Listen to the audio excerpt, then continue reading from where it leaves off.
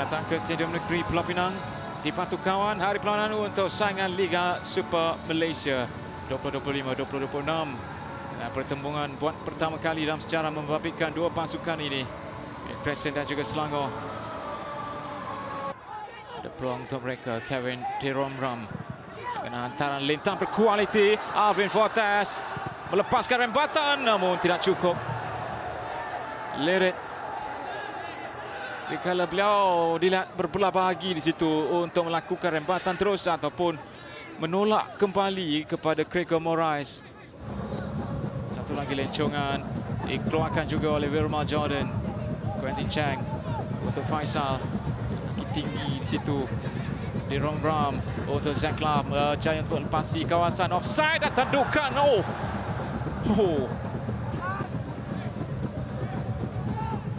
Pantang tinggi daripada Hari Haikal. Lihat kepada kedudukan tersebut.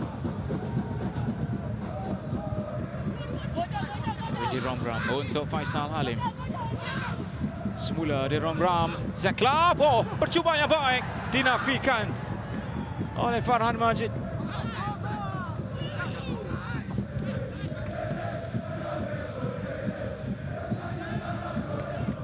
Kualiti yang tersendiri daripada pemain ini.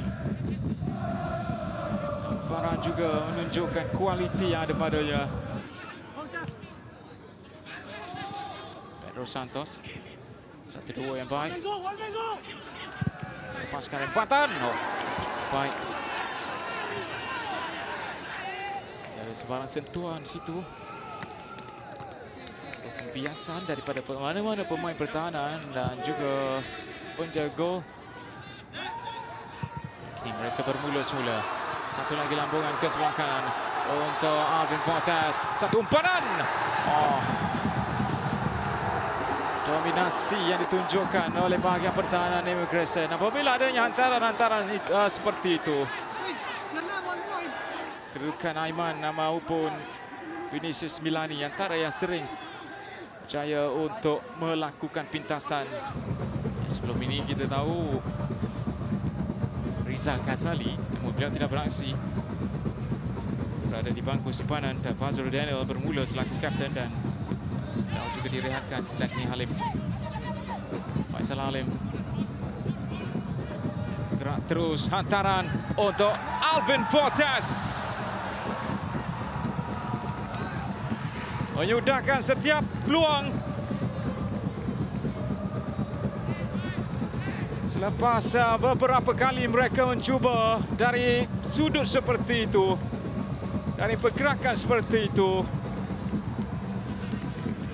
yang sering kali dinafikan oleh pertahanan Crescent, dan kali ini bijak gerakan leceh daripada Faisal Halim dengan tolakan ke belakang dan kedudukan Alvin Fortes yang kali ini tidak dikawal oleh sesiapa. Aiman untuk Eduardo Sosa, rempatan yang baik. Cantik Eduardo Sosa yang kembali dengan sentuhan jaringan untuk Crescent. Jaringan yang cukup dinanti-nantikan oleh mereka. Sebab sebelum ini beliau memiliki satu jaringan. Dan kini jaringan kedua daripada Eduardo Sosa dalam saingan Liga Super. Pemain yang baru saja dibawa masuk di separuh masa yang kedua ini.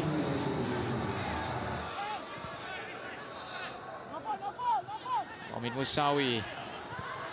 Untuk Gregor Moraes.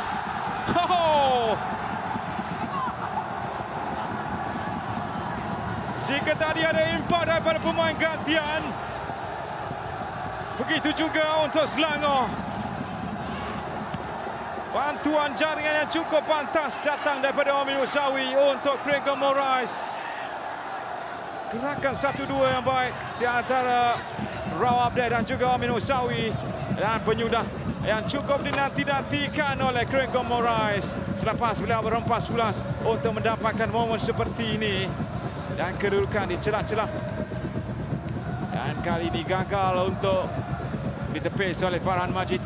Jaringan kelima peribadi untuk Gregor Moraes.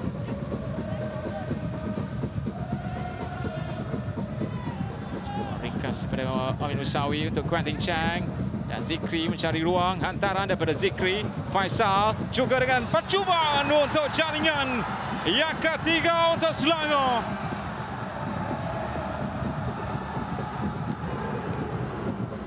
Tiga gol dalam 3 penampilan terakhir untuk Faisal Alim. Dan ini merupakan jaringan pertama dalam Sengit Liga Super.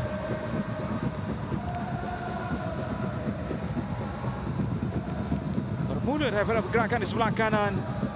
Hantaran bijak daripada Zikri kali ini yang tiba tepat ke arah Faisal, dan ada sedikit biasan juga daripada penyudah yang dilakukan oleh Faisal Alim ini.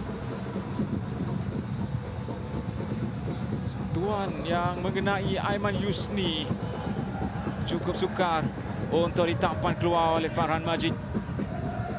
Dan Faisal Alim kini memiliki jaringan. Amir Ali Syakini bantu bahagian serangan untuk Fayad. Dan tugas mudah untuk Noah Laina. Dan itu merupakan sentuhan terakhir dalam perlawanan dan kemenangan pertama untuk Christoph Gamel juga dalam Sengit Liga Super dalam penampilan pertamanya bersama skuad Selangor untuk Sengit Liga Super ini. Tawan aksi di Stadium Negeri Pulau Pinang, Batu Kawan. Immigration 1, Selangor 3.